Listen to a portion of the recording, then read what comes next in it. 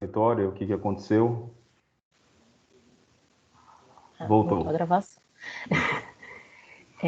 Então, assim, só repetindo, porque já que a gente vai ter essa segunda gravação, essa é a oficina de preparação, como se preparar para o processo seletivo da pós-graduação, que é ofertada pelo professor Tiago Trindade e por mim, professora Danusa Marques, né? E hoje a gente vai ter, então, uma discussão mais ampla sobre o processo seletivo, que vai ser direcionada principalmente pela fala do professor Tiago, e amanhã mais focada no projeto mesmo, que aí é mais direcionada na minha fala, né?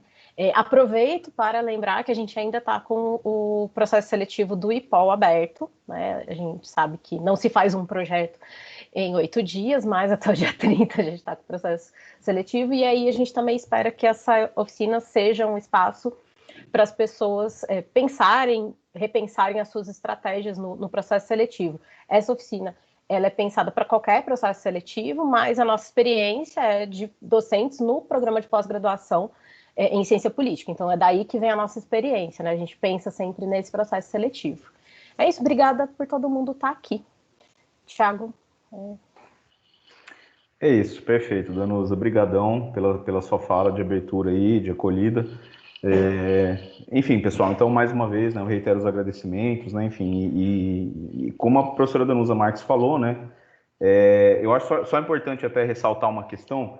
O que a gente pretendeu, né, fazer aqui, como ela disse, essa oficina já foi ministrada outras vezes, e agora a gente até, né, no modelo presencial, ela era num dia só, né, numa tarde inteira. A gente fracionou ela em 2 dias, por algumas razões, né? Primeiro porque seria muito cansativo, né, fazer um evento de uma tarde inteira, né? Assim, a gente sabe que essa dinâmica de eventos virtuais, ela é cansativa, né? Enfim, é muito diferente da dinâmica presencial. A própria interação, né, enfim, com o público fica prejudicada, tá? E a outra razão também é que a gente entendeu, né, que fazendo essa dinâmica de 2 dias, né, tendo um bloco, né, como é o de hoje, para falar um pouco mais sobre o que você precisa fazer nesse processo de preparação, né, para prestar o processo seletivo, né, para se inscrever no processo, escrever o projeto e tudo mais, a gente conseguiria aprofundar mais em algumas questões, até porque a gente gostaria de ouvir vocês, né, as dúvidas, as perguntas que vocês tenham, né, e aí amanhã, né, gente, assim, eu não tô querendo dizer que o que eu vou falar hoje não é importante, tá, gente, mas assim, amanhã, quando a professora Danusa for falar sobre o projeto, assim, é muito, muito, muito essencial mesmo, né? Enfim, amanhã, no dia 23 de setembro, é muito essencial que vocês assistam para entender não só o que ela vai falar, enfim, só o que ela vai expor, mas para vocês verem também, né, as dúvidas que surgirem, enfim, as questões que passarem pela cabeça de vocês, porque não escrever um projeto, assim, não é a coisa mais difícil do mundo, tá? Mas também não é a coisa mais simples do mundo, principalmente quando você vai, né, pleitear uma vaga num processo seletivo de pós-graduação. Então requer aí, né, alguns cuidados, a atenção com alguns quesitos, né, que são determinados pressupostos da carreira acadêmica, vamos dizer assim, e que, portanto, a gente, né, como eu estou dizendo, optou por essa separação para que a gente pudesse aprofundar um pouco mais, ter uma conversa um pouco mais substantiva em cada um dos dias. Então, assim, a dinâmica que a gente vai combinar, eu vou fazer uma exposição aqui, eu não sei quanto tempo, eu tô planejando aí que acho que eu consigo fazer uma exposição de no máximo 30 minutos, tá? Talvez um pouquinho menos, talvez um pouquinho mais. E aí depois a gente abre, né, para vocês falarem, né, enfim, para vocês colocarem as questões. A gente só pede, tá, pessoal, para que assim, quando vocês forem falar, quando vocês forem perguntar alguma coisa ou fazer um comentário, alguma observação, vocês abram a câmera de vocês, né, enfim, para que todo mundo veja quem são vocês, para que todo mundo veja quem está falando. E também, quem quiser colocar questões no chat, fique à vontade. Só que assim, tá, a gente só pede, né, enfim, dependendo da quantidade de questões no chat, a gente vai demorar um pouquinho para conseguir ler tudo e responder com calma, né? Então, assim que eu acabar a minha fala, né, enfim, eu olho o chat aqui, mas conforme vocês quiserem se inscrever para falar, né, para colocar questões oralmente, fiquem à vontade também, ok? Da forma como vocês preferirem. E eu acho importante também começar ressaltando, né, aí já falando especificamente da nossa conversa aqui hoje, que é a pergunta, né, o que você precisa saber, o que você precisa fazer antes, né, do processo seletivo, antes de prestar o processo seletivo, né? Em prestar um processo seletivo não é apenas o período no qual o edital abre, não é apenas o período da prova, né, enfim, depois da banca de entrevistas, tem toda uma série de etapas prévias, né, enfim, a esse processo que são importantes para que a gente saiba, para que a gente tome conhecimento delas. E aí, né, enfim, eu só queria também lembrar uma coisa, gente. a gente não está aqui passando uma fórmula mágica para vocês, tá? Fórmula mágica não existe. O que a gente quer fazer, a nossa intenção é explicar para vocês algumas coisas, algumas questões, passar algumas dicas, né? Enfim, alguns ensinamentos que a gente teve com a nossa própria experiência, né, Danusa? Enfim, com a nossa própria vivência, né, na carreira acadêmica até agora, de que se você adotar esses procedimentos aqui que a gente está falando, você aumenta a sua chance de ser aprovado, né? Agora, claro, pode ser que você seja, enfim, pode ser que você já, né, de repente tenha lido algumas das coisas que a gente vai falar aqui em outros lugares, pode ser que você já tenha visto outros vídeos, enfim. E aí talvez algumas coisas possam ser um pouco redundantes, mas assim, se você está chegando cru, né, nessa discussão de hoje, é importante você entender que o que a gente está fazendo aqui é passar algumas questões que aumentam as suas possibilidades, tá, de ser uma pessoa competitiva no processo seletivo.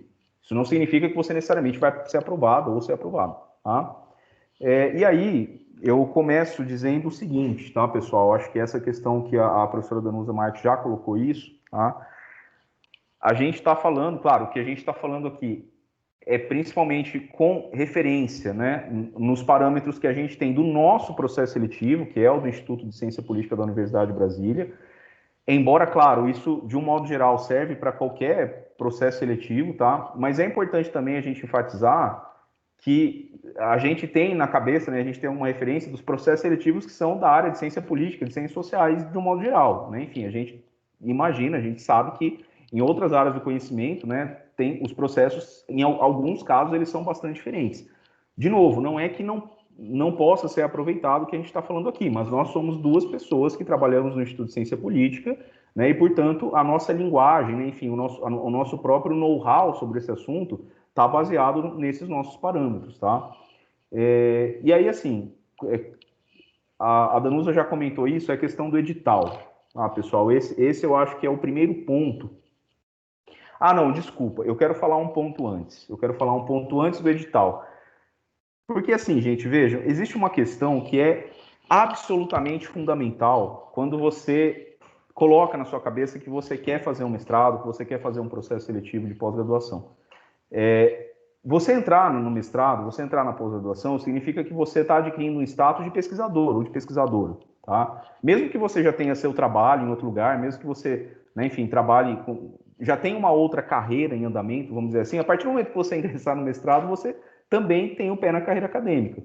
E aí, gente, tem uma coisa, todo acadêmico e toda acadêmica tem que saber o seguinte, você precisa ter uma coisa chamada currículo Lattes, tá?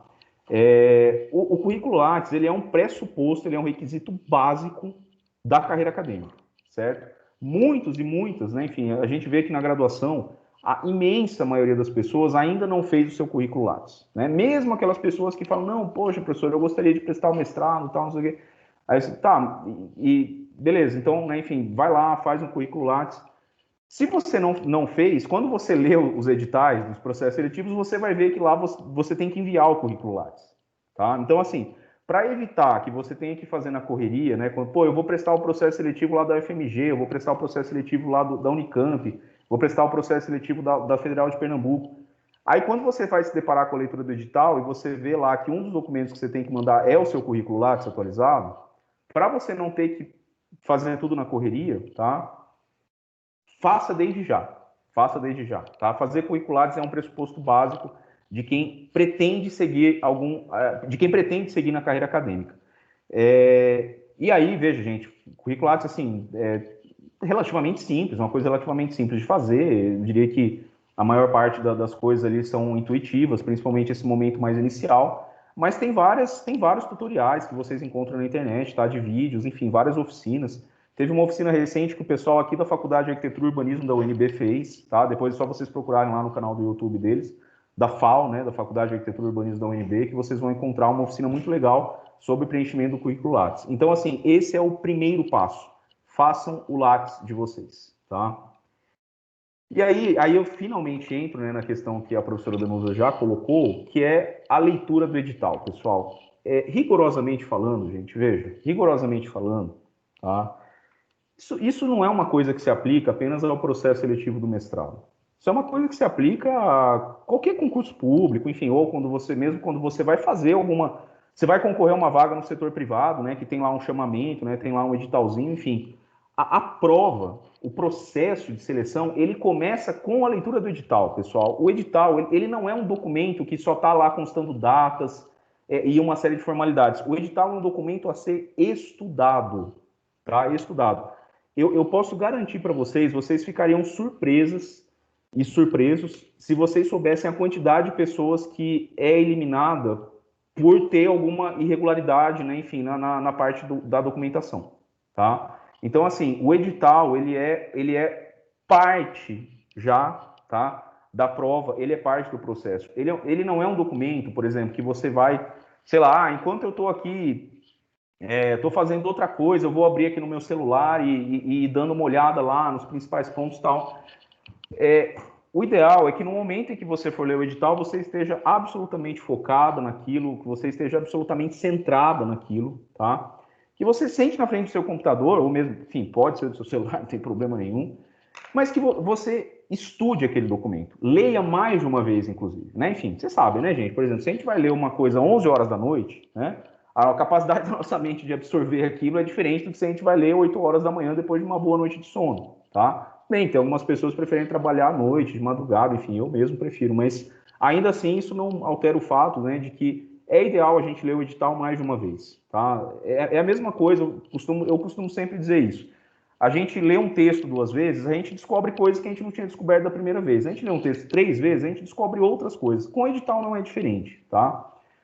Então, entendam isso, pessoal. A leitura do edital, ela vamos dizer assim, eu falei do currículo Lattes, né? E aí eu disse que esse é o primeiro ponto. Então, o segundo ponto estudem o edital, tá?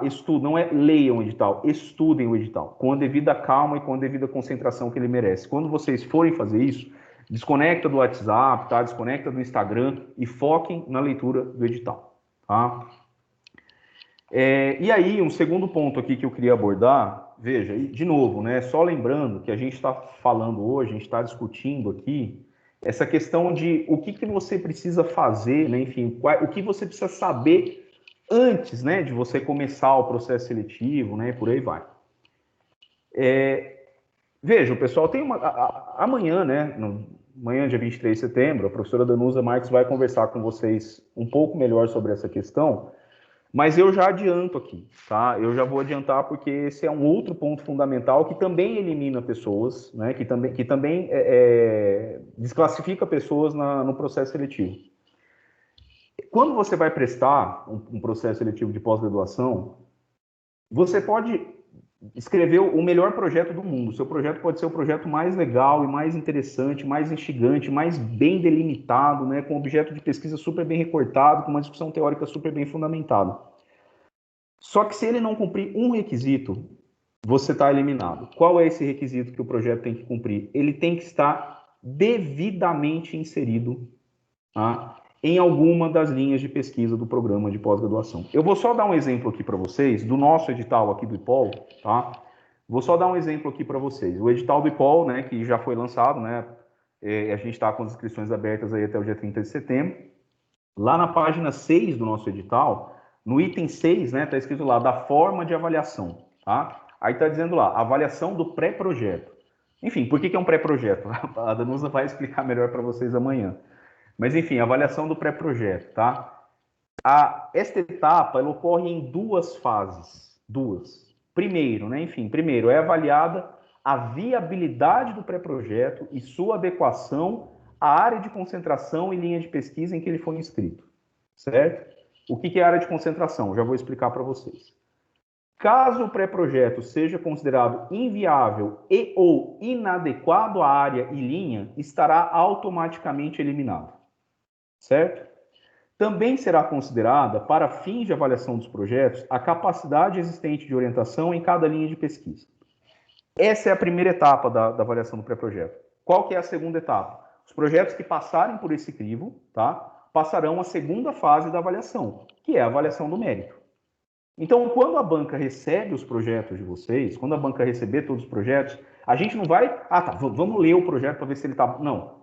A primeira coisa que será avaliada né, enfim, o candidato ou a candidata declarou que esse pré-projeto está inserido em uma determinada área de concentração, numa determinada linha de pesquisa. A primeira coisa que a banca vai olhar este projeto está adequado, né? Este projeto está adequado à área de concentração e à linha de pesquisa? Este projeto, ele é viável de ser executado? Eu já vou falar um pouquinho melhor sobre isso, embora esse é outro tema que vai ser abordado melhor amanhã também.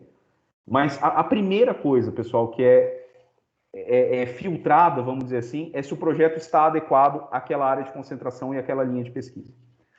Aí vocês vão perguntar, Tiago, o que é área de concentração? No nosso programa, não é em todos os programas que tem áreas de concentração. Alguns programas têm apenas linhas de pesquisa, tá? Mas no nosso caso aqui do IPOL, nós temos duas áreas de concentração, tá? Uma chamada Democracia e Sociedade, popularmente conhecida como DS, né, Danusa? E a outra chamada Política e Instituições, popularmente conhecida como PI. A descrição dessas áreas de concentração, vocês encontram lá no nosso, além do próprio edital, né, vocês encontram lá no nosso site, tá? No site do IPOL, lá na parte, na aba da pós-graduação. E dentro de cada área de concentração, nós temos duas linhas de pesquisa. Na área de concentração Democracia e Sociedade, tá? Que é a área que eu oriento, que é a área na qual eu estou inserido, nós temos a linha de pesquisa Democracia e Desigualdades, tá? E a outra linha chamada Participação, Estado e Sociedade Civil. Tá? Eu, no meu caso, né, enfim, eu estou inserido nessa área de concentração e oriento nessas duas linhas de pesquisa. No caso da professora Danusa, né, ela está inserida, veja, nas duas áreas de concentração, tá? Ela está inserida na área de democracia, na linha de pesquisa de Democracia e Desigualdades e na linha de pesquisa Estado, Economia e Políticas Públicas, que é uma das linhas de pesquisa... Não, desculpa, falei errado. Ela está inserida na linha de pesquisa Instituições Políticas. Desculpa, Danusa, falei errado. Ela está inserida na linha de pesquisa Instituições Políticas, tá? Que é uma das linhas de pesquisa da área Política e Instituições. Então, de novo, né, na área de concentração Democracia e Sociedade, tem duas linhas, Democracia e Desigualdades, Participação, Estado e Sociedade Civil. Na área de concentração Política e Instituições, tem duas linhas também, Estado, Economia e Políticas Públicas e Instituições Políticas. Tá? Lá no nosso site do IPOL, vocês vão encontrar toda a listagem de professores e de professoras que estão inseridos em cada linha de pesquisa e, consequentemente, em cada área de concentração. Como eu falei, no meu caso, por exemplo, eu estou inserido apenas na área de concentração Democracia e Sociedade e oriento nas duas linhas. A professora Danusa Marques está inserida apenas está inserida nas duas áreas de concentração, tá? E orienta tanto na linha de Democracia e Desigualdades, como também na linha Instituições Políticas, ok? E aí, pessoal, só para encerrar esse ponto aqui, tá? Eu falei tanto da importância e da necessidade de você inserir e adequar o seu projeto, no nosso caso aqui do IPOL, né? Enfim, mas tem outros lugares que não tem área de concentração. É o caso lá do Programa de Ciência Política da Unicamp, por exemplo, tá? Não tem área de concentração, tem apenas linhas de pesquisa, tá? Porque existe uma questão muito básica, pessoal, é o seu projeto que tem que se adequar ao programa, e não um programa de pós-graduação que tem que se adequar ao seu projeto, certo? Como eu estou dizendo, por mais interessante, por mais instigante que o seu projeto seja, ele precisa necessariamente cumprir esse requisito, tá? Estar alinhado às perspectivas de uma área de concentração e de uma linha de pesquisa. E aí, claro, vejam, eu não estou dizendo, por exemplo, você vai indicar lá, né, por exemplo, na sua carta de interesse e no seu próprio projeto você já insinua, né, isso também no texto e você coloca lá na página inicial, que você quer que o seu projeto, por exemplo, né, esteja lá na área de concentração política e instituições e na linha de pesquisa Estado, Economia e Políticas Públicas. Mas isso não significa, tá, pessoal, que você não deva dialogar com as produções teóricas e com as referências da outra linha de pesquisa dessa área, que é a linha de instituições, tá? Até para que você demonstre para a banca que você tem conhecimento da literatura daquele campo, daquela área como um todo, vamos dizer assim. Do mesmo modo, se você quer inserir o seu projeto na linha de pesquisa Participação, Estado e Sociedade Civil da área de concentração Democracia e Sociedade, claro que é interessante você, ao mesmo tempo, dialogar com professores e professoras e com as produções teóricas da outra linha de pesquisa, que é a área Democracia e Desigualdades, tá? Então, assim, essa é uma etapa fundamental, e eu falei também da questão da viabilidade do projeto. De novo, isso é uma coisa que a Danusa vai conversar melhor com vocês amanhã. Mas, pessoal, veja, tem uma coisa que é muito comum. A gente, com a nossa experiência de orientação de trabalhos, a gente percebe isso A gente percebe muito isso já na graduação. Isso é um vício, isso é um problema que acaba se reproduzindo quando as pessoas vão prestar o mestrado, tá? Uma pesquisa, pessoal, um projeto, um pré-projeto de pesquisa, tem uma outra coisa importante nele, que é a viabilidade, a execuibilidade, certo? Não dá para você, num projeto de pesquisa, querer abraçar o mundo, querer fazer tudo. Enfim, você querer resolver o problema daquele debate acadêmico ali. Você não vai fazer isso, a gente não consegue fazer isso, às vezes, na nossa vida inteira, que dirá em 2 anos no mestrado. Tá? Então, assim, quando vocês forem estipular os objetivos, né, enfim, quando vocês forem pensar o que eu quero com esse projeto, né, sejam modestos e modestas, tá? Sejam humildes. Tá? Vocês precisam ter uma... É muito melhor um projeto que seja mais bem delimitado e mais bem recortado do ponto de vista dos seus objetivos, e não seja assim tão aprofundado do ponto de vista da discussão teórica, mas é muito melhor um projeto bem delimitado desse ponto de vista do que um projeto que aprofunda na discussão teórica, mas que coloca objetivos inalcançáveis e inatingíveis para uma pesquisa de mestrado. Tá? Até porque o pré-projeto, pessoal, é um texto curto, é um texto de 12 páginas, onde você tem que seguir ali, né, um determinado parâmetro formal, obrigatoriamente contemplando alguns itens, né?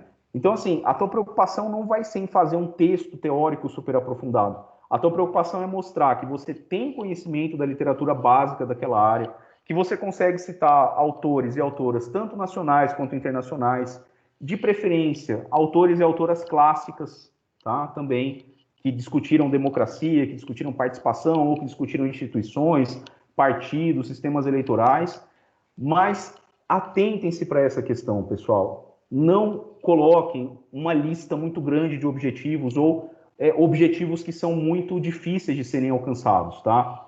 Amanhã, como eu estou falando, a Danusa vai conversar melhor sobre isso com vocês. Mas, assim, vou só dar um exemplo, tá? Vou só dar um exemplo. Evitem, por exemplo, colocar, né, que vocês vão, por exemplo, evitem se propor a estudar algo que está acontecendo agora, nesse momento. Evitem fazer isso.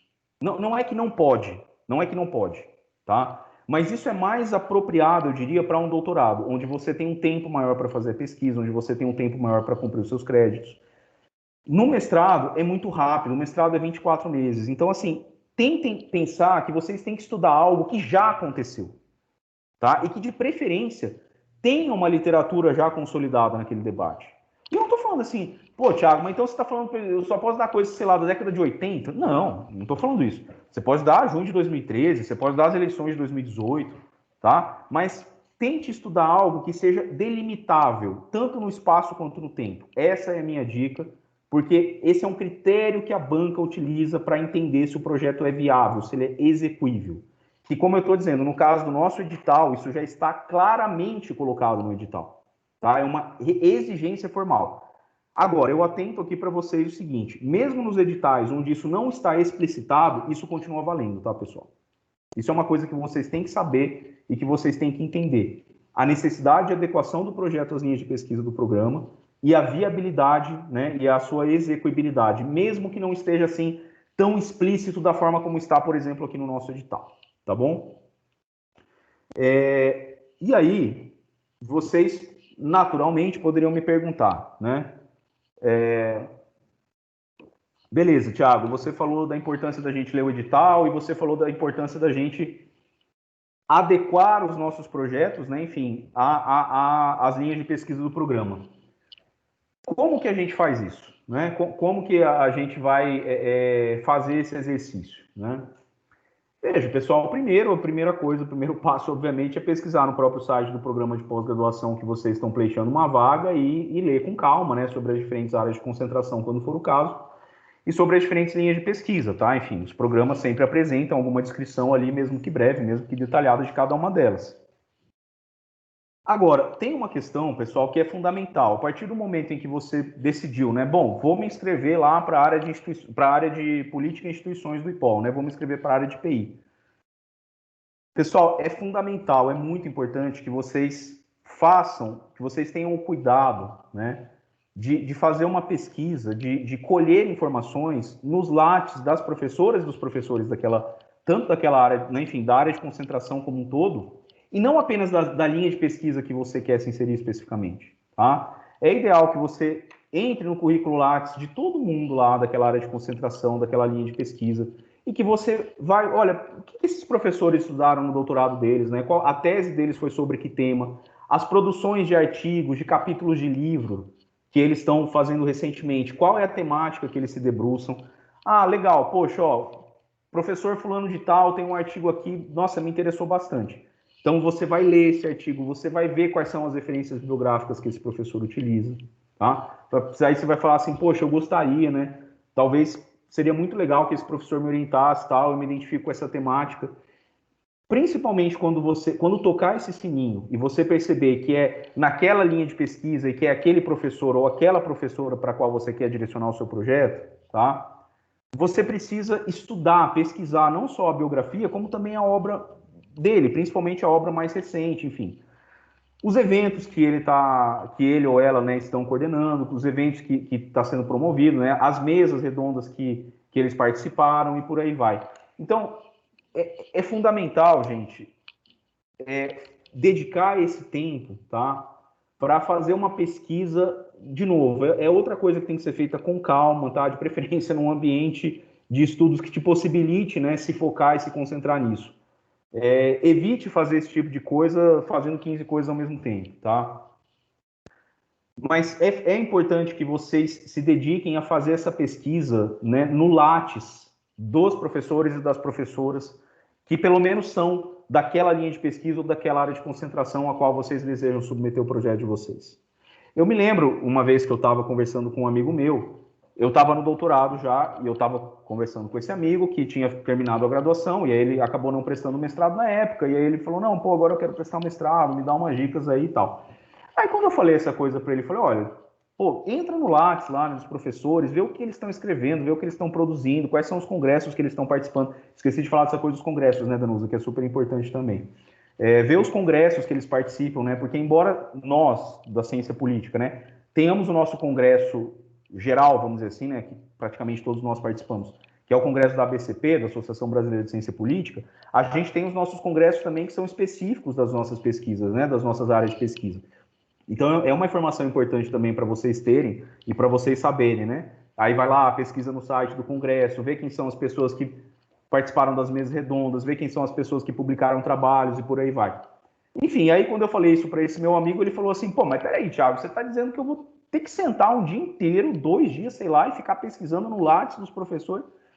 E aí eu falo, enfim, eu falei para eles a mesma coisa que eu falei para vocês, pessoal. Isso não é garantia, isso não é certeza, tá? De que você vai ser aprovado ou aprovado. Agora sim, gente, é aquele princípio básico, tá? Informação e conhecimento são duas ferramentas muito importantes.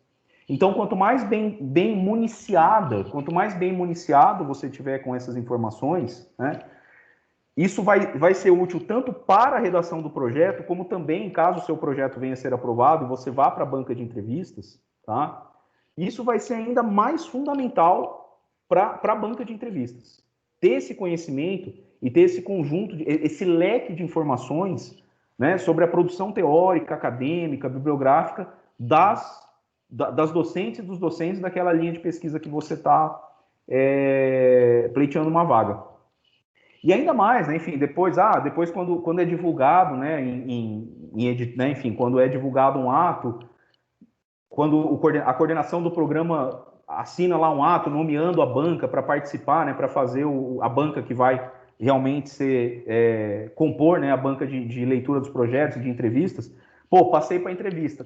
Eu vou estudar, sim, com muito cuidado, com muita atenção à produção da banca, né? Vou entender quem são esses professores, quem são essas professoras, quais são os vínculos que eles têm com professores de fora do país, vou analisar os congressos que eles participam, né? Vou dar uma lida nos artigos, principalmente os artigos, sei lá, dos últimos 3 anos, né, que eles publicaram, vou ver as revistas. Veja, gente, de novo, tá? São informações que não vão fazer mal nenhum, não vão fazer mal nenhum. E tudo isso, claro, né, enfim, como a Danusa falou, a gente sabe, né? Enfim, o que a gente está falando aqui para vocês, claro que, considerando o nosso prazo de inscrição aqui, que é dia 30, claro que é muita coisa para tudo isso, mas a gente está pensando aqui num planejamento, numa estratégia, no mínimo, de médio prazo, né? Enfim, então, assim, mesmo que vocês não forem prestar esse processo seletivo agora, eu sei que várias pessoas que estão aqui na sala não vão fazer isso agora, né? Estão fazendo essa oficina justamente para se planejar para o ano que vem, né? Comecem a fazer isso o quanto antes. Comece a fazer isso que a gente está falando aqui o quanto antes, tá? E aí, gente, vejam. Aí tem uma questão aqui também que eu acho que é importante, enfim, né? A gente debateu isso bastante quando a oficina foi feita no modelo presencial. A gente debateu bastante isso com o pessoal que assistiu a oficina, tá? Claro que essa aqui é uma possibilidade que não está colocada para todo mundo, pelo menos pensando num contexto de atividades presenciais. Agora, né, com a pandemia, onde tudo acontece online, isso aqui até que é um lado bom do ponto de vista de que como os eventos, né, enfim, são praticamente todos online, né, enfim, a gente não está tendo coisas presenciais e a gente ainda não sabe quando que a gente vai voltar a ter. Isso é uma coisa que facilita desse ponto de vista, tá? Quando era num contexto de atividades presenciais, é óbvio que é muito mais fácil você fazer isso aqui na cidade que você está, né? Tem pessoas, claro, tem pessoas que têm condições de, por exemplo, eu estou em Brasília, eu vou viajar para Belo Horizonte, vou viajar para Curitiba, vou viajar para São Paulo. Mas não é, todo mundo tem essa possibilidade. Mas tem um outro ponto aqui que eu acho importante também, tá? Que é o seguinte, a partir do momento em que você definir, né, você entender, pô, eu quero submeter o projeto, eu quero pleitear uma vaga nessa área de concentração, nessa linha de pesquisa, e aí, depois que você fizer o mapeamento das professoras e dos professores, eu acho que é importante também, pessoal, vocês tentarem construir uma aproximação com os grupos de pesquisa, com os professores, e aí vejam, pessoal, não confundam as coisas, tá? Eu não estou falando de você mandar um e-mail para o professor ou para a professora falando, professor, eu quero que você me oriente. Eu não estou falando disso, não estou falando disso, eu estou falando de você participar dos eventos, tá? Se você vê que os grupos de pesquisa que eles coordenam fazem reuniões para discussão de texto, fazem reuniões regulares, aí sim, manda um e-mail, né? Enfim, poxa, eu queria saber, né, se as reuniões são abertas, se eu poderia participar pelo menos das reuniões de discussões de texto e tal, eu tenho interesse em me aproximar do grupo de pesquisa, tenho um eventual interesse, né, em prestar um mestrado. Mas, assim, tenta participar dos eventos que o programa de pós-graduação promove, tá? Ciclo de palestra, ciclo de debate, oficina, minicurso. O que eu estou querendo dizer aqui para vocês, pessoal, é que vocês têm que tentar mostrar as caras. É isso que eu estou querendo dizer. Tá? No processo seletivo, quando a banca, né, enfim, vai analisar os projetos, claro, tudo isso é anônimo, todo esse processo, leitura do projeto, né, enfim, a gente só vai a rigor saber quem são as pessoas quando a gente chegar na banca, tá? Só no momento que a gente chegar na banca, é fulano de tal. Até lá, tudo é anônimo, mas independente disso, você construir essa aproximação com os grupos de pesquisa, com o programa de pós-graduação, através da participação nos eventos que eles promovem, que eles organizam, isso é importante para você se municiar de informações, para você se ambientar naquele lugar, tá? Para você se ambientar naquele instituto, naquela faculdade, para você saber quem é quem, né? Você quer prestar um mestrado? Pô, legal. O que o pessoal que já está no mestrado, o que o pessoal que já está no doutorado está pesquisando? Né? Enfim, o que eles estão fazendo? Que tipo de pesquisa que eles desenvolvem? Aonde que eles vão fazer doutorado sanduíche? Né? Enfim, quais são os lugares que eles têm vínculos, quais são os grupos que eles estudam, quais são os temas de pesquisa deles e tudo mais. Enfim, o que eu estou dizendo é, tente se aproximar do programa e dos grupos de pesquisa participando dos eventos que eles promovem. Tá? E como eu estou dizendo, eu até acho, né, enfim, esse contexto da pandemia está muito difícil, né, claro, mas assim, agora, nesse momento que a gente está vivendo, como a gente tem tudo acontecendo online, desse ponto de vista facilita. Tá? Desse ponto de vista, eu acho que é uma coisa que facilita, porque, né, enfim, justamente você não tem que necessariamente, por exemplo, você quer prestar o processo seletivo na Unicamp, você quer prestar o processo seletivo na UFMG, você não precisa estar lá participando, você não precisa estar lá presencialmente para participar dos eventos, porque está tudo acontecendo online, tá? Vejam, pessoal, eu acho, assim, de um modo geral, era isso que eu tinha para expor para vocês, né? Enfim, em relação, lembrando aqui, né? Essas são estratégias, né? Enfim, são dicas que a gente está passando para vocês, né? Que é essa etapa prévia, né? Essa etapa de preparação, né? Amanhã, né? Quando a gente for conversar sobre a questão do projeto, aí é um outro momento, tá? Mas, assim, não se esqueçam disso, que para você escrever o projeto, você não pode, assim, primeiro, né? Eu vou prestar um mestrado, tal, aí, bom, agora abriu o prazo de inscrição, aí eu vou escolher a linha, a área, o professor, a professora, tal. Não, isso é uma etapa que você tem que fazer previamente, tá? De preferência, idealmente você precisa fazer previamente, tá bom? Eu só perguntaria para a professora Danusa se ela quer complementar alguma coisa do que eu falei. Eu vi que legal, eu vi que ela mandou aqui para vocês os editais do IPOL, né? Só perguntaria para a professora Danusa Marques se ela quer complementar alguma coisa do que eu falei. E aí a gente já pode abrir aqui para vocês fazerem as perguntas e os comentários de vocês, tá bom? Eu só queria falar só uma coisinha, Thiago, que eu fiquei pensando aqui. Eu sei que a maior parte das pessoas que está inscrita nessa oficina é aluno ou aluna regular de graduação, né? Mas eu penso também nas pessoas que já são graduadas e que estão fazendo outras atividades, e aí pensam em voltar e não fazer graduação e mestrado colado, né? Mas em voltar depois de de um período longe da universidade, voltar para o mestrado. Eu acho que uma das estratégias de aproximação que tem muito sucesso, que eu vejo que tem muito sucesso, quando as pessoas resolvem cursar algumas disciplinas da pós-graduação como aluno especial. É uma das formas da pessoa conhecer melhor o programa, conhecer melhor as pesquisas em andamento, entender melhor quais são as pesquisas em andamento dos professores e professoras, das possíveis orientadores e orientadoras, né? Então, é uma forma que realmente tem muito sucesso, né? A gente tem no nosso programa mestrandos e doutorandos que se aproximaram do IPOL e começaram a vir via é ótimo, né? Porque a gente está na internet, né? Mas conhecer as pesquisas, se aproximar dos grupos de pesquisa como aluno especial. Eu lembro quando eu estava na pós-graduação, quando eu estava no doutorado, eu lembro de várias pessoas que na minha turma do doutorado, a turma que entrou no mestrado, várias das pessoas que entraram naquele semestre eram ex-alunas especiais e também ex-alunas do curso de especialização que tinha na época, eu fiz doutorado no FMG, que tinha na época lá. Também é uma forma, né? O curso de especialização, não estou falando aqui para todo mundo fazer curso de especialização porque é caro, né? Que é uma daquelas questões assim difíceis. Mas também quem tem a possibilidade, talvez o curso de especialização também pode ser uma aproximação, mas principalmente aluno especial, porque você já pensa assim em cursar uma disciplina focada, porque não pode fazer obrigatória, né, sempre optativa, focada numa área específica, e durante o semestre, normalmente a disciplina de pós-graduação, a pessoa trabalha num artigo durante o semestre, já pode pensar em focar essa pesquisa do artigo para fazer a revisão bibliográfica do que vai ser o seu projeto no processo seletivo. Então, assim, é uma situação realmente que eu acho que é muito boa de preparação. Mas era só isso que eu tinha a acrescentar. Agora a gente vai abrir para as perguntas?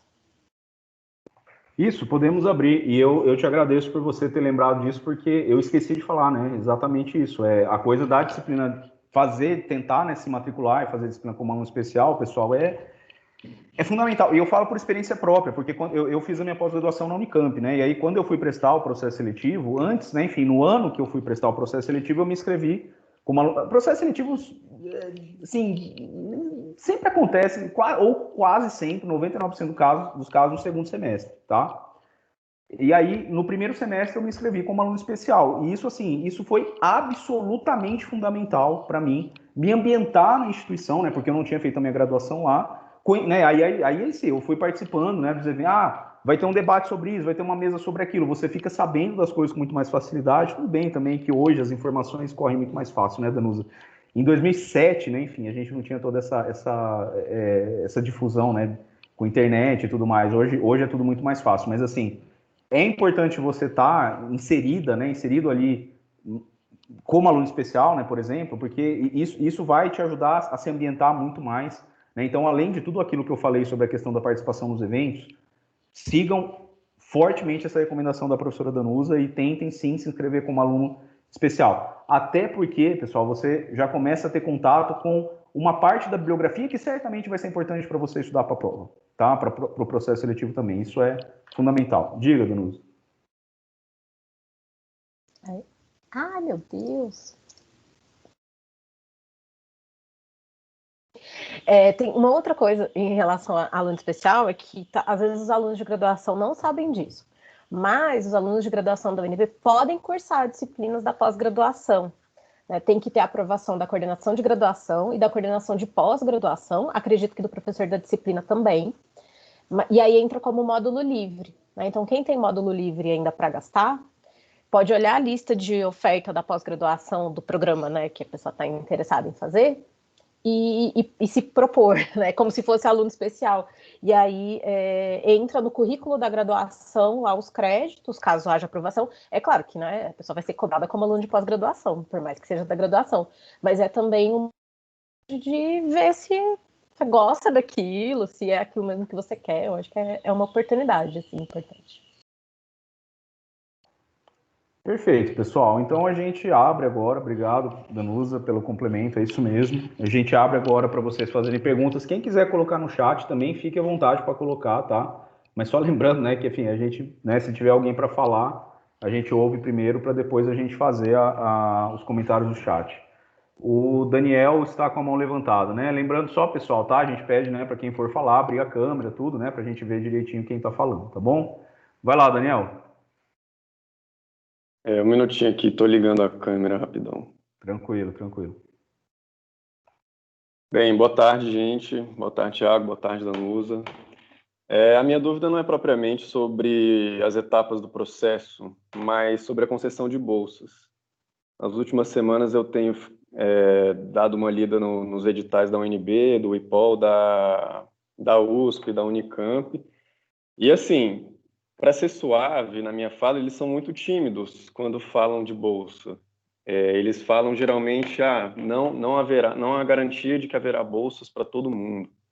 E aí a minha dúvida é se existe um protocolo, algum padrão dessa concessão de bolsas, se existe um número específico que cada universidade escolhe, se existe a diferença entre as federais como a UNB e as estaduais como a USP, como é que funciona essa concessão de bolsas? Porque é uma certa insegurança que eu tenho em relação a isso, porque fazer mestrado trabalhando é chato, né, gente? Enfim. Danusa, tem uma pergunta aqui no chat. Você prefere que a gente faça um bloco? Você prefere, a gente responde agora o Daniel e depois Pode ir respondendo uma a uma. O Daniel começou a uma a falar uma, né? e a Natália mandou a pergunta e a gente vai, acho que, desenvolvendo. Depois o Eduardo fala, a gente responde também. Vamos em... Perfeito. Daniel, assim, eu vou falar rapidamente uma questão, depois acho que pode ser que a Danusa queira complementar. Cara, assim, a questão de bolsa, ela depende muito do orçamento do governo federal, no caso das federais, né, e do orçamento dos governos estaduais, no caso das estaduais. E assim, cara, assim, infelizmente a gente sabe disso, né, a gente não está vivendo um momento, aí, se você analisar os cortes que as bolsas vêm sofrendo, pelo menos desde 2015, os cortes que o orçamento público, né, que o orçamento geral da União vem sofrendo desde 2015, isso obviamente tem um impacto pesado, né, enfim, na questão das bolsas. Mas aí, assim, eu diria só para você se atentar para o seguinte, tá? Isso é uma coisa que realmente, assim, como você falou, isso geralmente não é uma questão, assim, que o edital vai dedicar muitas páginas a isso. Falou, a questão existe uma determinada quantidade de bolsas que cada programa tem, de acordo com as notas que a CAPES estabelece para eles. A avaliação dos programas de pós-graduação, ela funciona, a gente ainda não sabe muito se esse modelo vai perdurar, mas ela funciona num parâmetro que estabelece notas, uma nota de 1 a 7, né, sendo 1 mais fraco e 7 o mais alto. Só para vocês terem uma ideia, nosso programa aqui de pós-graduação no IPOL já é considerado um programa de excelência porque ele é nota 6, tá? E aí a concessão de bolsas tem a ver com isso, inclusive, não apenas, tá? Mas tem a ver com isso. No nosso caso aqui no IPOL, por exemplo, como a gente tem uma característica muito peculiar, que é o fato de que, como nós estamos em Brasília, muitas pessoas de fato trabalham na área da política, né? Enfim, trabalham no mercado da política, né? Vamos dizer assim, muitas pessoas acabam não solicitando bolsa. Mas essa não é a realidade, por exemplo, de outros lugares, como, por exemplo, a Unicamp, de onde eu vim, né? A minha pós-graduação foi lá, eu falei para vocês, e lá, por exemplo, você costuma ter uma demanda maior por bolsa. Mas assim, cara, no contexto que a gente está, é raro mesmo você ter um programa que consiga dar conta de toda a demanda de bolsas. Isso tem a ver com uma série de fatores. Aí, em relação às questões internas, cada programa vai estabelecer parâmetros, né, vamos dizer assim, normas para fazer a distribuição internamente. Leva em conta critérios socioeconômicos, leva em conta a situação de vulnerabilidade dos discentes e por aí vai. Não sei se a Danusa quer complementar alguma coisa. Diga, Danusa. Eu queria complementar, assim, que eu acho que isso, o cálculo de quantas bolsas tem o programa, a gente normalmente não sabe, né, quantas bolsas tem cada programa. A gente normalmente conversa com alguém do programa e fala, e aí, tem muita gente sem bolsa? Como é que tá, né? E normalmente a representação discente acompanha a comissão de bolsas do programa, porque todo programa tem seus critérios de distribuição de bolsas, como o Thiago falou. Então, eu acho que vale a pena também sempre conversar com alguém do programa para saber como está a situação de bolsa. Então, por exemplo, no Nepal, a gente conseguiu alocar todos os estudantes de doutorado que estavam pedindo bolsa, mas não conseguiu para o mestrado. Então, ainda tem, a gente está em setembro, ainda tem lista de espera do mestrado, porque a gente tem menos bolsa. E também se pede mais bolsa, se solicita mais bolsa entre os estudantes de mestrado do que os de doutorado. Por exemplo, bolsa de CNPq, a gente tem 2 ou 3 bolsas no mestrado, mas não tem no doutorado. Agora está com a história de bolsa do CNPq, mas do jeito que a agência está em relação aos programas de humanas, a gente não tem muita esperança de conseguir nenhuma outra bolsa. A gente tem bolsa do PROEX, que é dos programas de excelência, né? Dos recursos da CAPES. Os programas também podem ter bolsas das agências de fomento estaduais, né? Mesmo nas universidades federais. Então, por exemplo, a UFSCar, que é ou a UFABC, que é uma federal, que são federais de São Paulo, os professores de lá têm projetos e os alunos têm projetos aprovados, por exemplo, pela FAPESP. A FAPESP é a principal fundação de apoio à pesquisa do país, né? E a FAPESP tem muito dinheiro. O dinheiro não vai só para essas bolsas e financiamentos não vão só para as estaduais paulistas, mas também para as federais que estão em São Paulo. A gente tem a FAPDF aqui, que num momento passado a gente tinha algumas bolsas de doutorado de projeto, mas desde que trocou o governo, a gente não tem mais nenhum edital de bolsa. Na verdade, também não saiu o edital de demanda específica. É isso, assim, o atual governo do Distrito Federal não está muito preocupado com esse problema que nos atinge, né? Então eu acho que também tem uma coisa, acho que faz parte, acho que desse planejamento, conversar com pessoas do programa e perguntar como está a situação de bolsa, né? E aí eu vou falar aqui, só para ilustrar também que exemplo pessoal não faz teoria, mas só para ilustrar o que aconteceu comigo. Quando eu passei no doutorado, isso, claro, lá atrás, né, eu passei no doutorado em 2000 ingressei no doutorado em 2007. Nessa época, não tinha muita preocupação com vulnerabilidade socioeconômica, se você estava mudando de cidade, não tinha nada disso. Assim. Era simplesmente a ordem que você passou no programa, né? E aí, eu preferi ir para um lugar que eu estava numa colocação pior. Eu passei em 2 programas, mas eu preferi ir para o lugar que eu passei pior, porque eu achei que ia ser melhor para mim. Eu até acho que foi mesmo, em termos acadêmicos, orientação, etc. Só que eu fiquei no pé da lista para a bolsa. E eu fiquei mais de um ano sem bolsa. E foi muito difícil, né?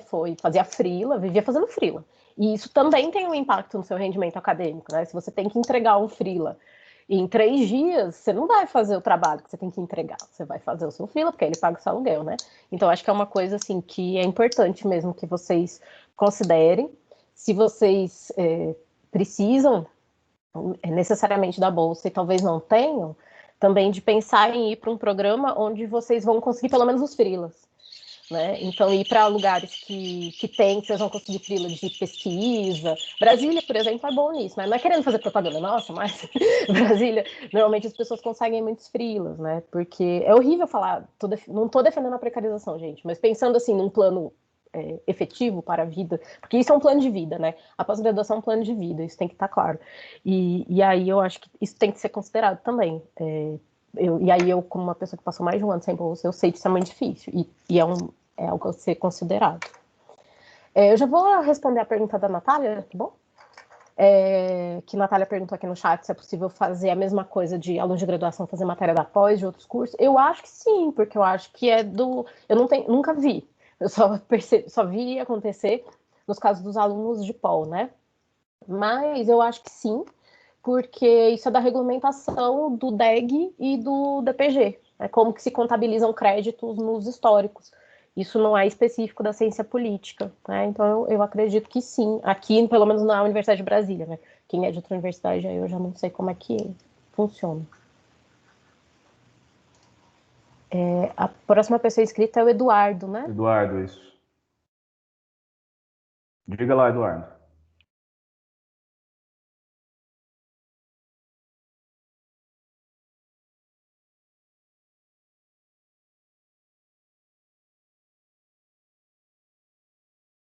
Oi, Eduardo, você tá com o microfone aberto, será?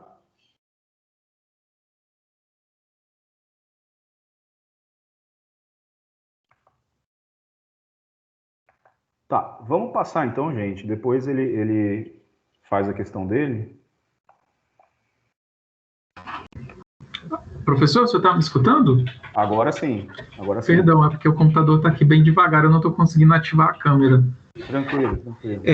São 3 dúvidas pontuais. Primeiro, eu queria agradecer aí vocês pela oportunidade. Eu já fui servidor da UNB, eu já comecei o curso de Química anteriormente, sou formado em Administração. E até então eu não tinha visto uma situação dessa, esclarecendo as coisas com a clareza com as quais vocês estão nos passando. Então, queria primeiro agradecer.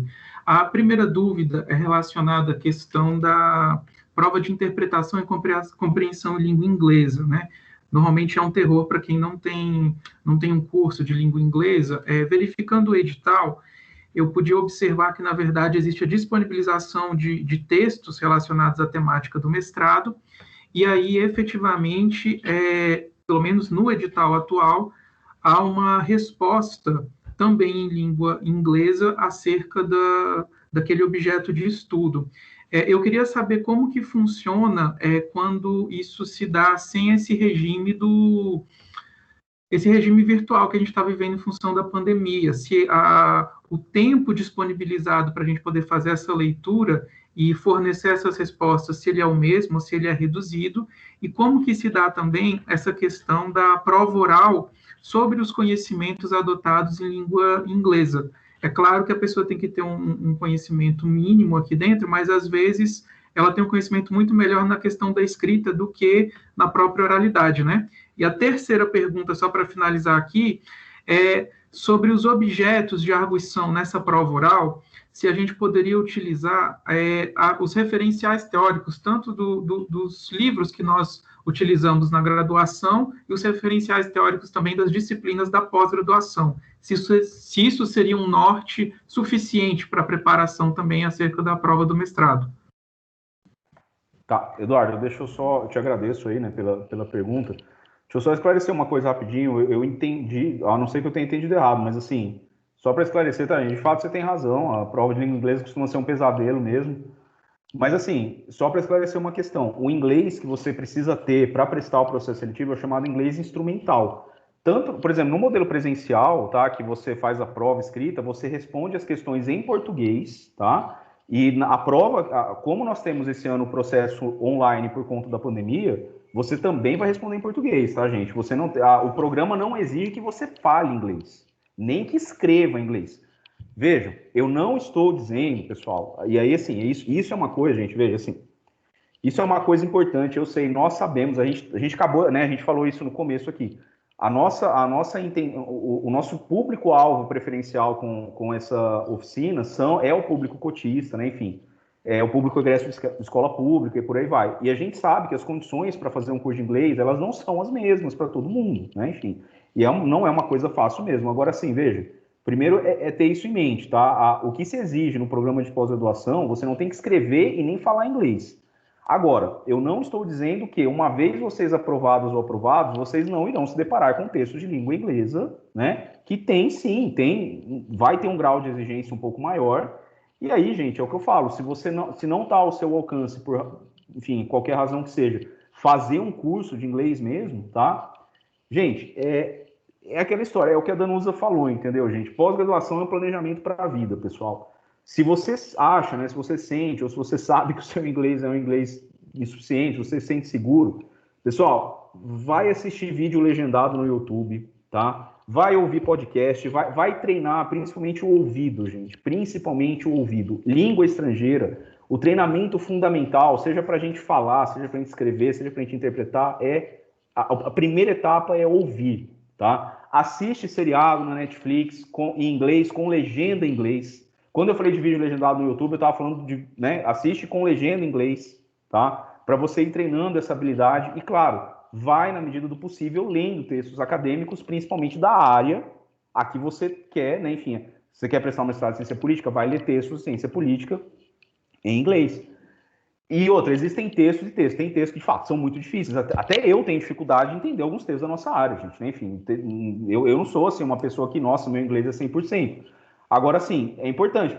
Converse com colegas, peça, né, ajuda para o pessoal que, de preferência, já está estudando, já está fazendo textos que são, talvez, de caráter aí um pouco mais geral, um pouco mais introdutório, para que você vá se ambientando. Agora, só para deixar isso claro, tá, gente? A prova, você não vai ter que falar inglês e nem escrever em inglês, tá? Só para deixar vocês tranquilas e tranquilos em relação a isso. Eu sei, tá, gente? Veja, de novo. Em outras ocasiões, outras pessoas já vieram me perguntar isso. Mas, Thiago, como assim uma prova em inglês? Vocês querem escrever em inglês? Não precisa escrever em inglês, tá? Não precisa escrever em inglês, mas isso não significa que vocês não precisem treinar, se capacitar, né, com a língua inglesa e também, enfim, espanhol, tal, quando vocês, né, na eventual situação de vocês conseguirem aprovação no processo, ok? Danusa, você quer complementar alguma coisa? Essa explicação do Thiago sobre a leitura do texto em inglês e a resposta do texto em português e a arguição em português é para o nosso programa de pós-graduação. Pode ser que outro programa de pós-graduação seja diferente. Vocês precisam ver nos editais. E pode ser que outro programa de pós-graduação em ciência política, só que de outra universidade, também seja diferente. Eu acredito que o modelo que nós nos submetemos, quando nós dois fomos fazer prova de processo seletivo lá há 15, 20 anos, que era traduzir texto, você tinha que ser com dicionário, era um negócio horroroso. Eu acho que quase todos os programas devem ter acordado e percebido que isso não é um bom processo, né? Mas eu concordo com o Thiago, inglês é fundamental para qualquer pós-graduação, né? A gente precisa ser capaz de ler a literatura que está publicada em inglês. E é preciso ter inglês para poder circular também nos congressos, né? E a gente, claro, você se expõe, né? É uma vulnerabilidade. Mas é de vulnerabilidades que a gente vive a vida.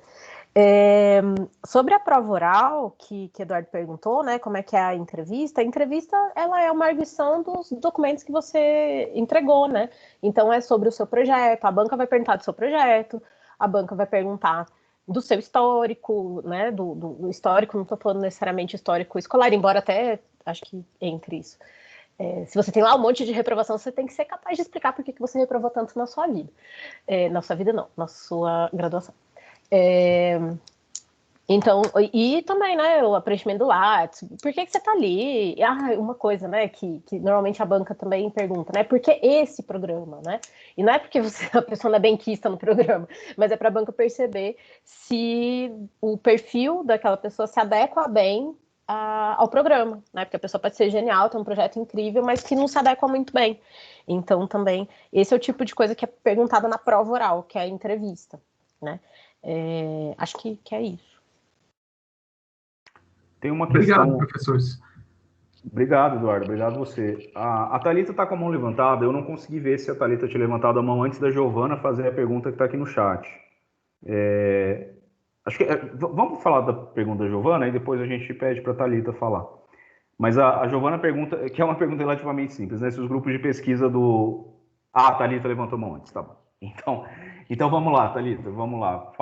Pergunta aí para a gente, depois a gente aborda a questão da Giovana. Vamos lá.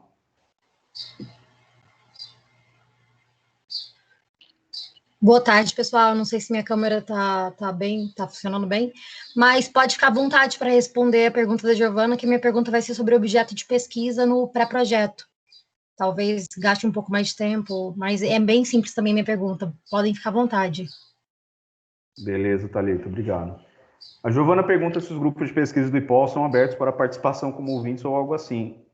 Giovana, a gente, assim, até onde eu sei, tá? Eu tô falando pelo grupo que eu participo, que a professora Danusa participa. a gente não tem nenhuma objeção a que as pessoas participem, por exemplo, né, de reuniões quando a gente vai fazer discussão de texto. É claro que, assim, tem reuniões que são de caráter muito mais interno, né, enfim, para planejar as atividades e tal. Mas é como eu falei, se você pretende, né, se você quer, né, tem a pretensão, pô, eu quero prestar um mestrado em tal lugar, vai, né, entra em contato com os professores, com as professoras que coordenam os grupos, né, pede, olha, poderia participar pelo menos das reuniões de discussão de texto, não há, assim, nenhum impedimento formal para que isso aconteça, tá? Tenho absoluta certeza que eu estou falando tanto pelo Demodê quanto pelo Flora Tristan também, que é o núcleo a qual a professora Danusa faz parte e é uma das coordenadoras, tá? Diga, Thalita.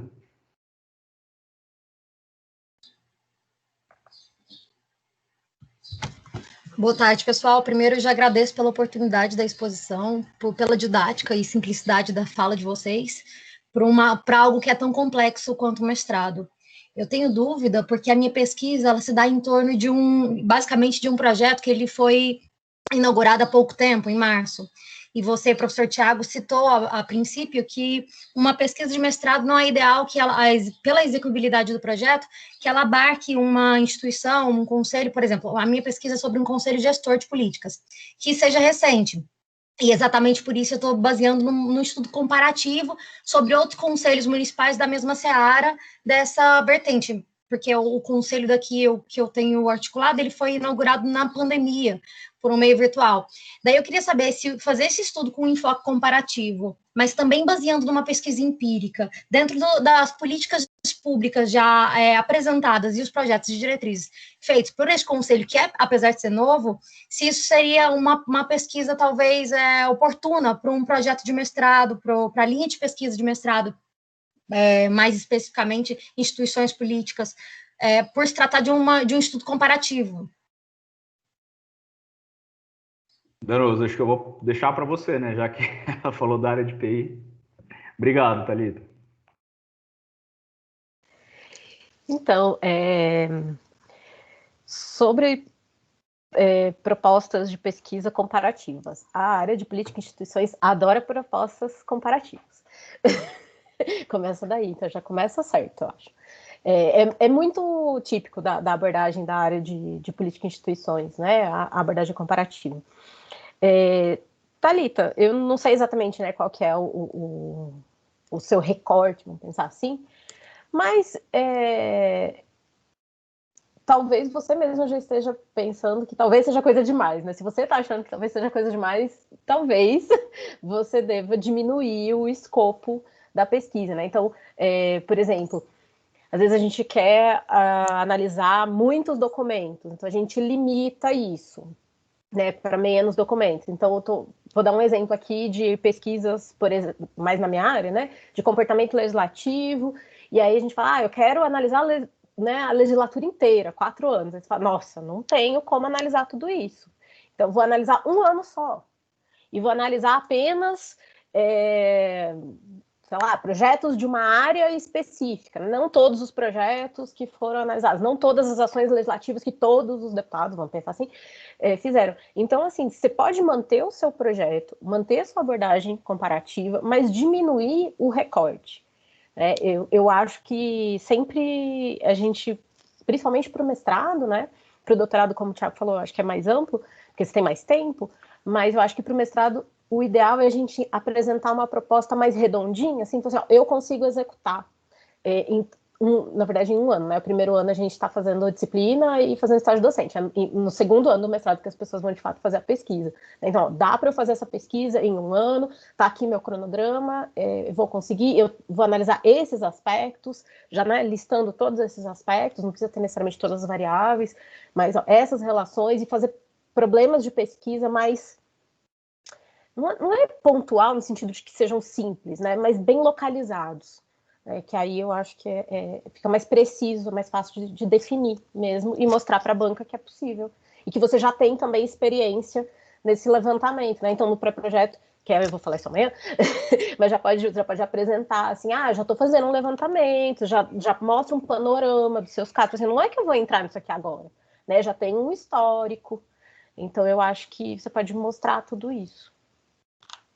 Perfeito. Posso só complementar, Thalita, uma questão rapidinho, antes de você falar? É só uma questão muito rápida mesmo, tá? Veja, enfim, endosso totalmente o que a Danusa falou. Eu só queria dizer o seguinte, tá, gente?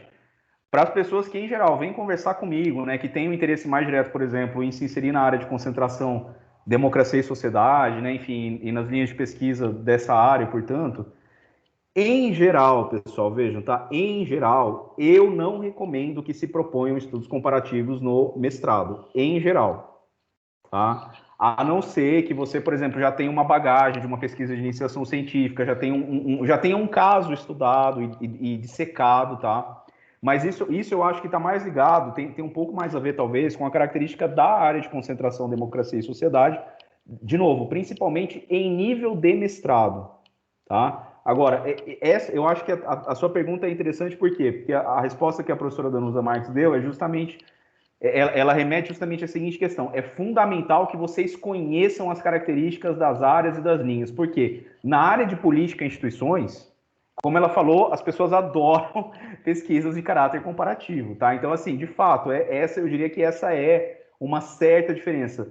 Eu diria que, assim, de um modo geral, tá, gente? Eu não estou dizendo que se aplica para todos os casos, mas em linhas gerais, a área de democracia e sociedade preza por estudos de caráter mais, assim, mais qualitativos, mais teóricos, mais aprofundados, mais direcionados, tá? E na área de política e instituições, há um gosto, né, vamos dizer assim, há uma preferência por estudos que possam, né, estabelecer parâmetros comparativos para a gente. De qualquer forma, tá, Thalita, isso que eu estou te falando é o seguinte: isso não exclui o fato de que é mais fácil fazer uma pesquisa comparativa no mestrado se você já tem uma bagagem, por exemplo, da iniciação científica, tá? Não exclui isso que eu estou falando. Mas era só isso. Se você quiser falar mais alguma coisa, por favor, fique à vontade. Não, é isso mesmo. Eu mais queria poder embasar a gestão e a estruturação, porque essa temática desse conselho, eu não sei nem se é pertinente de citar aqui a temática do conselho para não enviesar muito, mas é um conselho muito raro, que quase não existe mais nos estados, e eu quero tratar justamente do estado de Goiás, e abordando o quanto houve um enxugamento dessa seara, desse tipo de conselho, para o movimento tão precário que a gente vive hoje. E daí seria um estudo comparativo com base em outros 2 conselhos da mesma seara, que já têm uma experiência mais efetiva, mas para traduzir quais foram as experiências de gestão, apresentando inclusive uma hipótese no final para ser averiguada posteriormente. Mas, enfim, eu queria saber se seria válido trazer um conselho gestor que foi fundado, por exemplo, em maio, enfim, com uma base comparativa de outros 2 conselhos, além de pesquisas bibliográficas, que também são muito poucas e escassas nessa mesma área, e se seria pertinente para essa linha de pesquisa. Mas é isso mesmo, eu agradeço vocês pela explicitação e pela clareza das informações. Obrigada. Mais alguém, gente, seja via chat ou aqui falando diretamente com a gente aqui?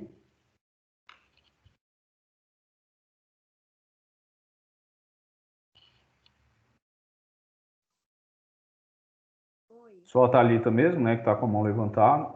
Uma questão no chat. Celine, acho que ia falar. A Celine, tá. Tá muito baixo, Celine, muito baixo. Tá muito baixo mesmo, Celine, se você puder. Continua se muito puder se aproximar assim do microfone.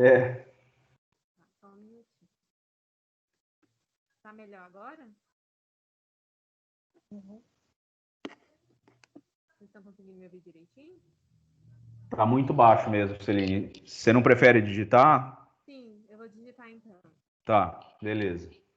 Enquanto isso, tem uma outra questão aqui. Lembrando que a gente já está indo para o final da nossa... Isso. Bom,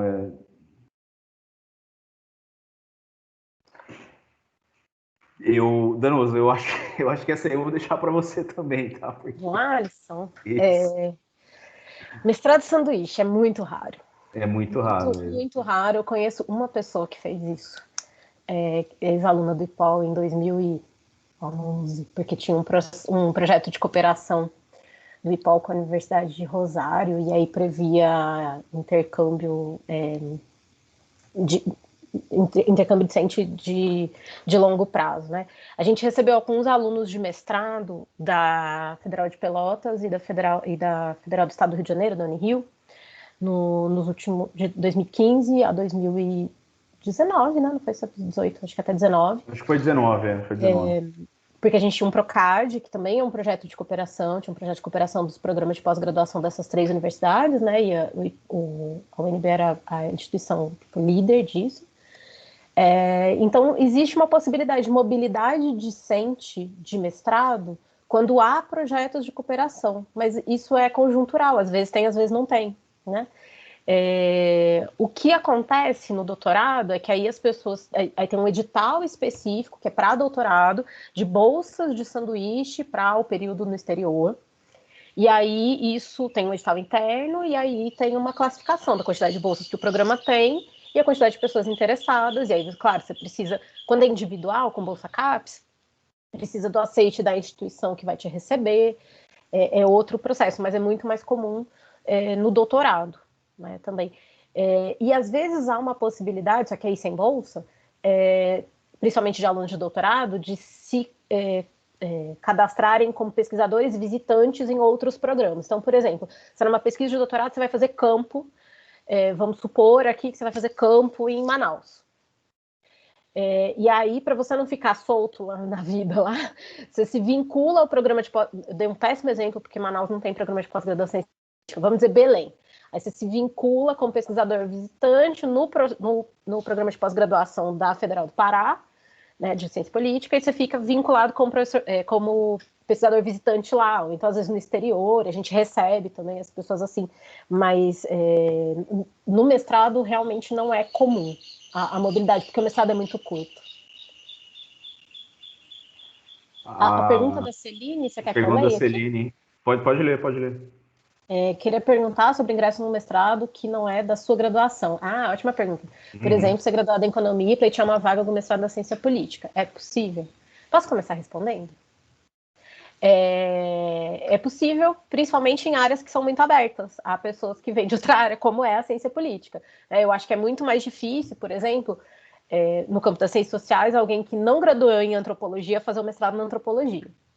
Não que seja impossível, mas é porque a antropologia é um campo mais fechado em si mesmo, né? E aí é mais difícil entrar, né?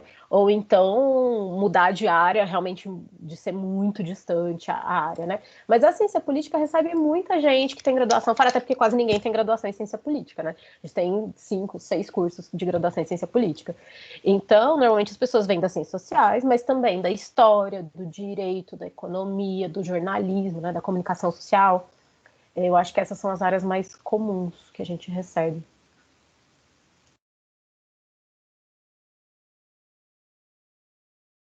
Só um comentário rápido, enfim, né? Enfim, além, concordo com a resposta da professora Danusa, não há nenhum impedimento formal a isso, viu, Celine? E assim, até tem casos, assim, não é comum acontecer, né? Enfim, é muito mais raro, mas, por exemplo, sei lá, pessoas que fazem graduação em outra área, né? Enfim, em outra área do conhecimento, exatas, biológicas, e vêm fazer nas ciências humanas. E na verdade eu diria que isso ainda é mais comum do que o contrário, do que alguém que está nas ciências humanas e, né, enfim, para exatas ou para áreas biológicas. Mas, assim, só para citar um exemplo, tá, de né, pelo menos na minha opinião, um dos principais cientistas políticos que a gente tem no Brasil hoje, que é o professor Eduardo César Marques, da USP, tá? Ele enfim, na minha leitura, enfim, é um dos cientistas políticos mais relevantes que a gente tem no Brasil hoje. E ele é um cara formado em engenharia civil, tá? Então, assim, só para dizer que é possível, e assim, como a Danusa falou, né? Tem área de fato, nós, a ciência política é uma área aberta mesmo, né? Tradicionalmente uma área mais aberta, até por conta dessa característica. São pouquíssimos lugares onde você tem curso de graduação em ciência política, né? O IPOL, na verdade, aqui em Brasília é uma exceção, né? Não é a regra, tá? Você acha que a gente dá tempo para mais uma questão, Danusa? Então, se alguém quiser, gente, colocar mais alguma pergunta, a gente pode ter 5 minutinhos para finalizar. Até considerando que a gente começou com, né, enfim, quase 2h40. Senão a gente já pode encerrar hoje e deixar em aberto, né, para a gente continuar amanhã.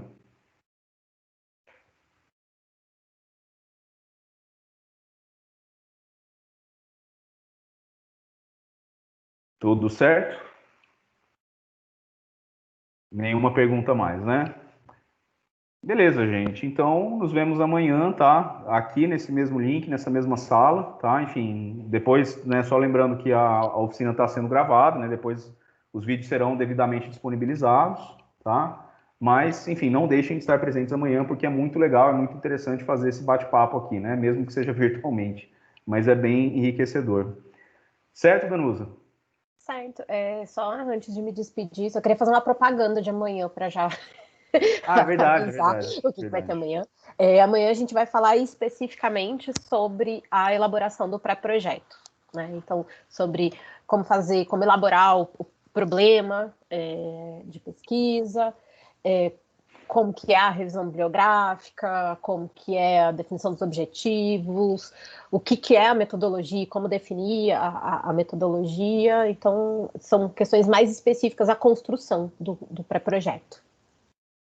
É isso, né, gente? Perfeito, pessoal, é isso. Até amanhã. Muito obrigado, até amanhã, tá? E, enfim, a gente agradece, né, a presença de vocês aí e nos vemos amanhã, tá bom?